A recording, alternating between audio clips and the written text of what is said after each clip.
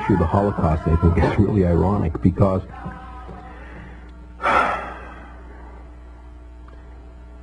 so much literature has been expended in the pursuit of exposing Hitler and the Holocaust and the terrible tragedy that occurred with the Jews, where 6 million people perished.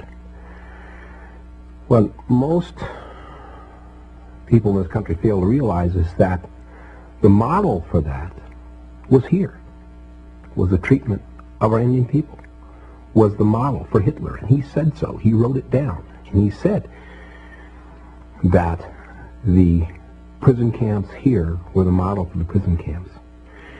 Also, the whole notion of turning the people against themselves within the prison camps and keeping them busy with each other so that they couldn't escape or didn't have other ideas was also born here, and he copied it. He thought it was a very good plan, and he really admired Andrew Jackson. So it's a little known part of history, but it is a reality. And nobody's ever really addressed it. Nobody's ever really talked about the Holocaust here. I mean, there were conservative figures, 19 million Indian people living in North America. 19 million. And by 1970, there were 260,000.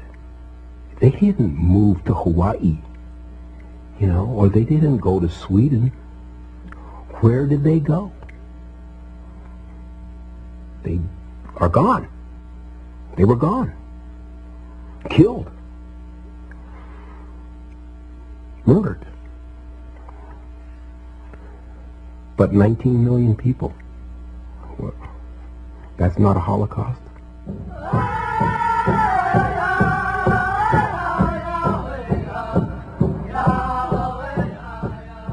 I feel that this country doesn't understand historically what happened to its indigenous people. They see it on television and they read it in the books, but they really don't see it in the practical sense. It points directly toward the racism of this country, of the white person, of the dominant society, of manipulation of the environment, of its people. To us, to the white man, we're just kind of like a cactus on the trail. You chop it away and get it out of the way so you can keep walking down the trail and seeing what the beauty you want to see.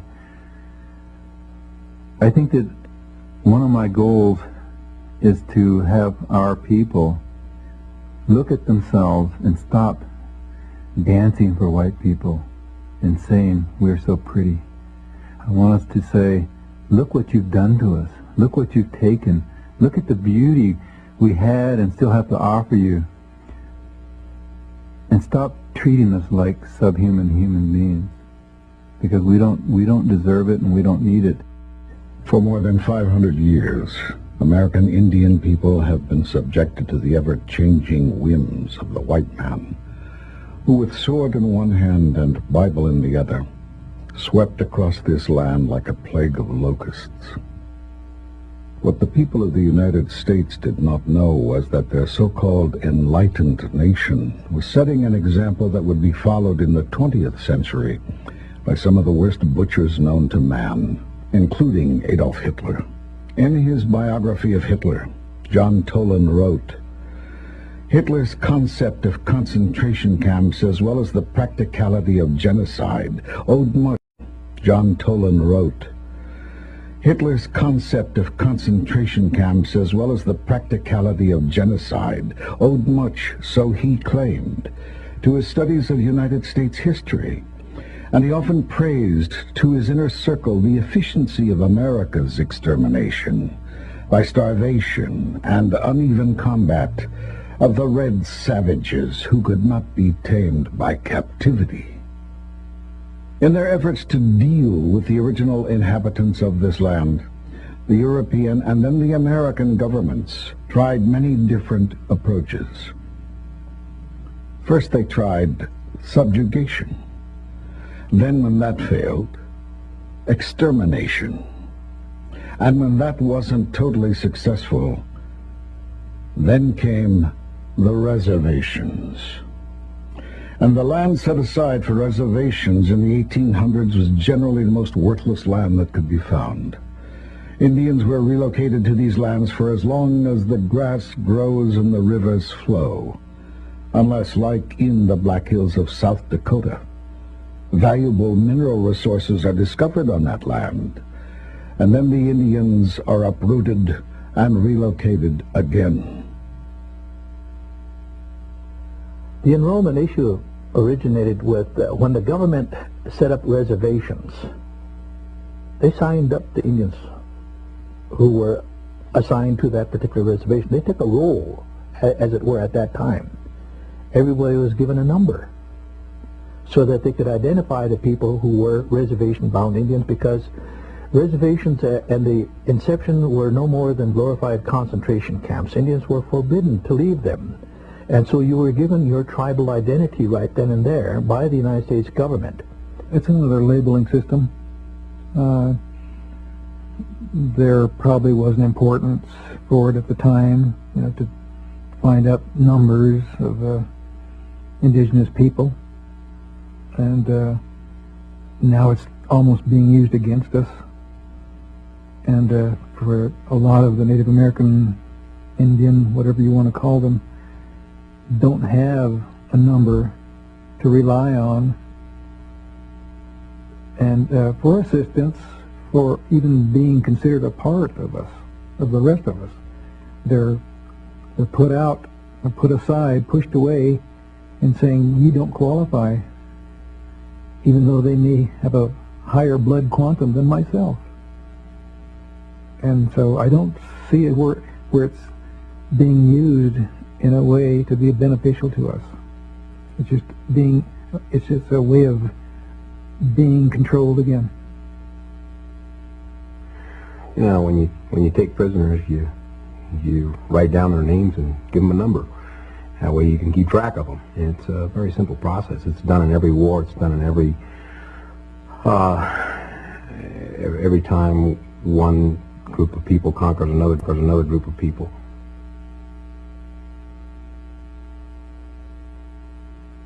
When I was younger, I was extremely angry about it. Now there's a sadness because things will never be the way that they used to be. It will never happen. So I just try and work as hard as I can to retain as much of my culture for myself, for future generations. But I'm never going to let them forget it. I don't think that this country will ever really heal itself until it answers the question of what it did to its indigenous people.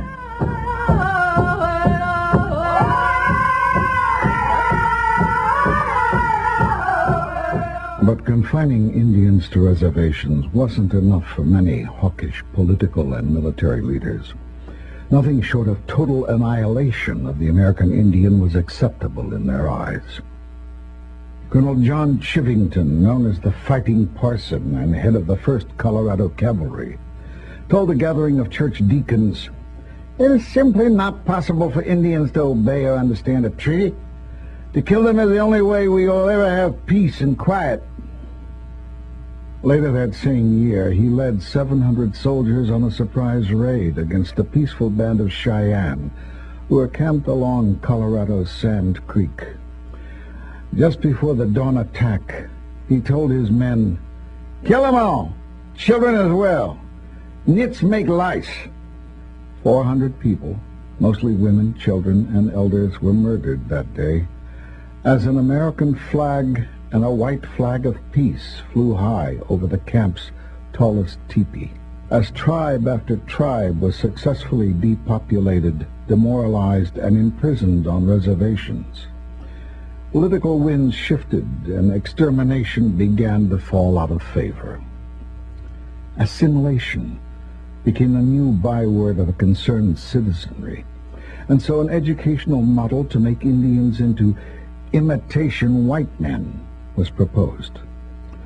The centerpiece of this plan was the Indian boarding school system designed by former Indian fighter Captain Richard Pratt. His motto, "Kill the Indian, save the man." was the central philosophy which destroyed Indian families and societies by sexually violating man.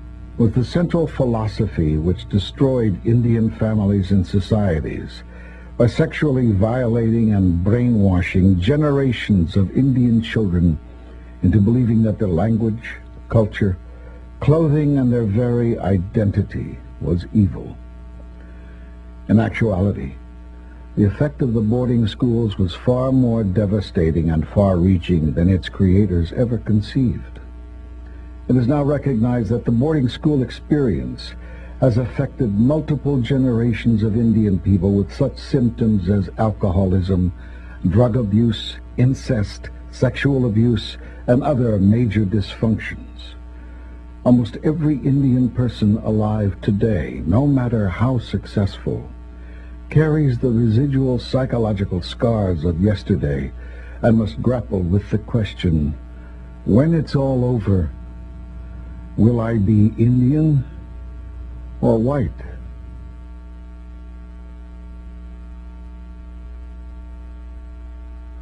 I grew up with the signs, no Indians or dogs allowed, and had to abide by those signs, not being able to go into places. And so from the very time I was very small, I think that I learned that you had to be strong in order to be an Indian. How do I define an Indian? That's a political question that's very difficult to deal with. Traditionally, the Apache people didn't have a definition of who was Indian. I'm the only person that doesn't claim to be American Indian, because American Indian is only 500 years old, but I was here before Columbus. So that doesn't make me American Indian. So I'm a non-Indian, or I'm a non-American. Today, America, nobody knows what America is, or nobody knows what Indian means. So the only Indian that was defined by Congress is primitive or North American Indian. But then what is primitive? Anything that goes by itself is primitive, but when you put a fence around it, it's not primitive anymore. So then what is Indian? 93rd Congress changed its tune to what is Indian to who is Indian, so only half will be regarded as Indian. So American Indian cannot be defined as a nation. So American Indian, as long as we're labeled American Indian will be written never, never, and never be recognized as a nation. So I think there's another way to look at that whole issue of what is Indian and what, the word or what we call ourselves is en Dios, meaning in God, that the people that he encountered were godlike, were very pure.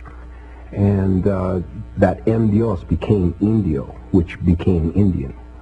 We have lost so much blood, and so many of us have died over the name Indian, that he says we've earned it. And we've earned that name with our blood. I find the word Native American offensive to me. It's like, here's a nation of people that enslaved my people, stole my culture, tried to beat it out of me, and now they're going to include me. And I don't mean to sound unpatriotic, I'm a veteran, but they're saying now you can call yourself a Native American. I'm not, I'm an Aboriginal indigenous person. I know I'm not white. I tried to be white, and I couldn't do it, and they didn't want me. Because I'm not white. I'm culturally Apache. I relate to my tribe closer than any other human beings on this world. I know who I am, and I know my blood. I don't have to read in a book that somebody wrote at some fort somewhere along and back in history to tell me who I am. And I don't have to have a number to tell me that I am an Indian. Well, to me, I don't care if I'm 164th or 1/300 and whatever, or what, or 1/1000 something. There's a lot of our little kids that are, they could be 4 different tribes. And, well, now, which one of these means more to you? There's one of them there that means a lot more to you than the others, I feel. Being Indian is not being part. If you're Indian, you're Indian. You're not just, a part white or a part Hispanic or anything else. You're Indian because that's how you feel.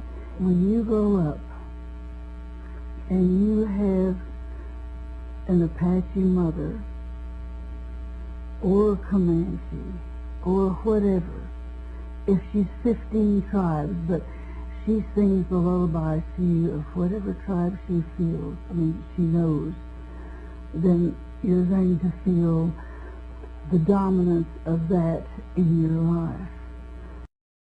She knows, then you're going to feel the dominance of that in your life. It's kind of like that's going to be your choice. As Indian people, we have the responsibility to care for our own, to care for our young, take them in no matter what blood they have. If they're ours, they're ours. That's a simple answer. You can't say, you aren't enough of me, so find your own way. That's not what it's all about. We brought them into this world.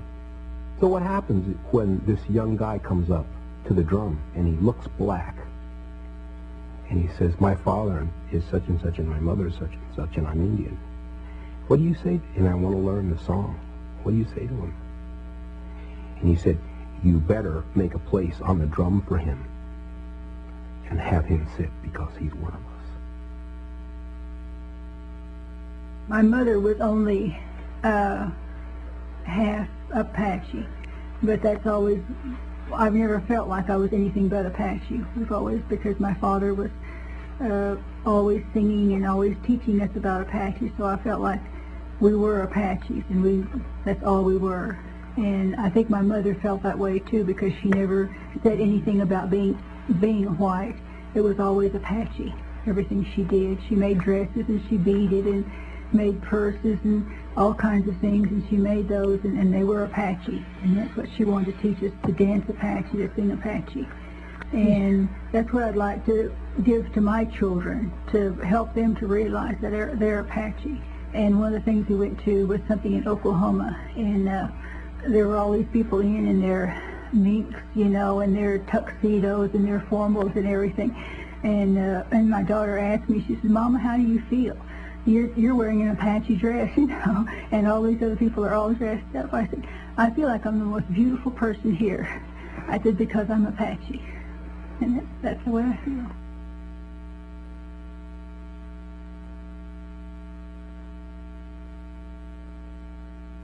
Somebody asked me one time, what is it like being a Native person, and especially being a person of mixed blood? It's a constant explanation of my culture. I'm totally amazed at how much the non-Indian population knows about my existence. As far as tribal identity is concerned, this is, for many years, back in the times when this hatred and hostility about American Indians in our own country was so prevalent that many people who left the reservations, Native people who left the reservations, hid their tribal identity so that they could be accepted by the dominant society.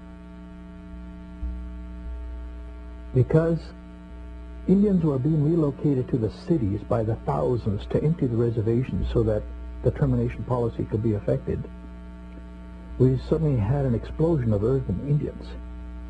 The urban Indians oftentimes did not, once they had children, they would not enroll them with their own tribe. They didn't take the time or the effort, or, as one Indian said, what's it worth to be an Indian? In the 1950s, the federal government instituted yet another new Indian policy known as termination. The purpose of this policy? To eliminate tribal governments and tribal lands, along with any vestige of tribal identity, so that the Red Nation would become part of America's great melting pot.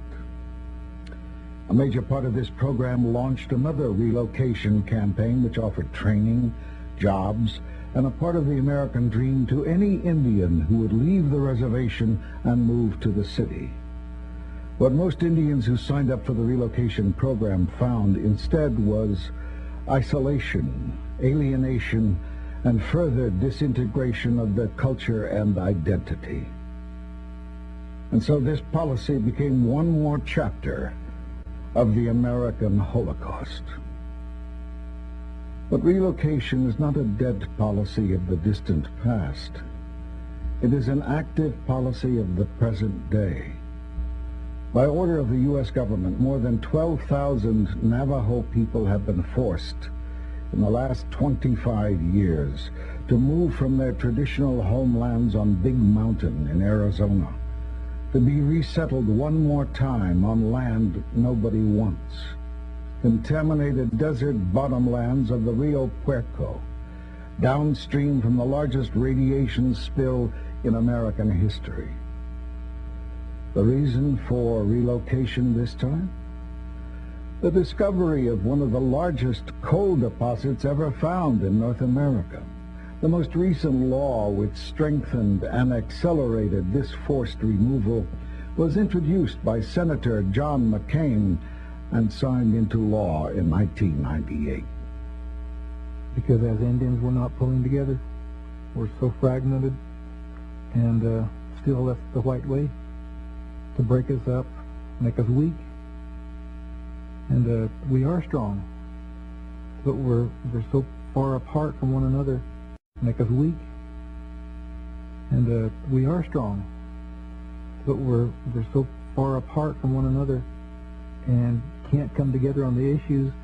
Would just as soon go their way and say, oh, you take care of it. We exclude, cut out, don't let in. Where is that tradition? What's that tradition from? It's from Europe. So we're being good white people when we do that, when we're being exclusive, but we're not being what our ancestors were. This world loses 6 million Jewish people, and the world feels sorry. The world loses 50 million indigenous people in this continent, and the world doesn't care. It's ongoing. And I say that with a great deal of sadness because a lot of the times the Holocaust is perpetuated by our own. And it's not necessarily the outsiders. I mean, we've learned our lessons well. We've learned how to be divisive. We've learned how to take the tools of colonization and use them on ourselves. And we've done that very well, thank you. And the Holocaust goes on today. People are dying all over the world. There are Geronimos all over the world fighting for their people. And dying sad.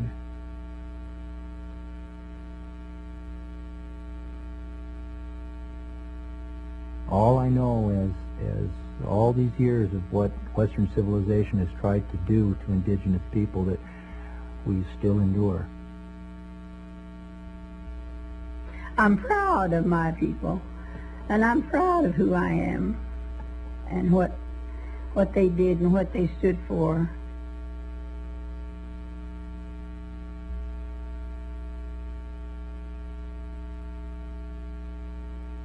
You survived.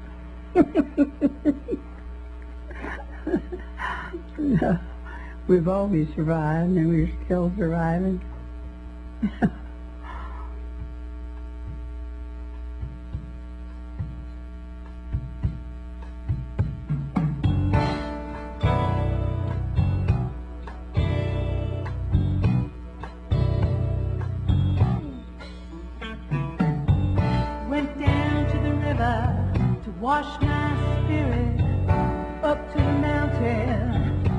purify my soul.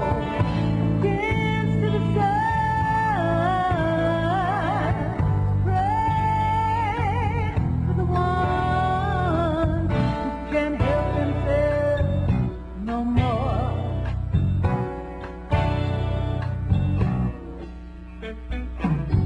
I'm guided by my vision. Everything's related. Walking in beauty. Our children are sacred. When it's all over, I'll still be Indian. No matter what you do, I'll still be strong. When the smoke cleared, I was still dancing. When the smoke cleared, I was still standing.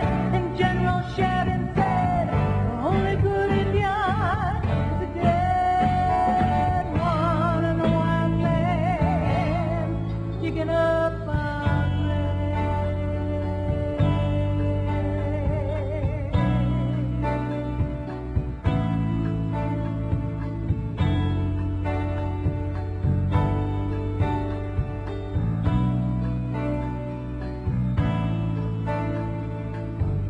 Put us on a reservation, took our land away. Say no to the dog land and the white man stamping on our graves. Brought Jesus to us, brought us a cross, brought us hunger and disease.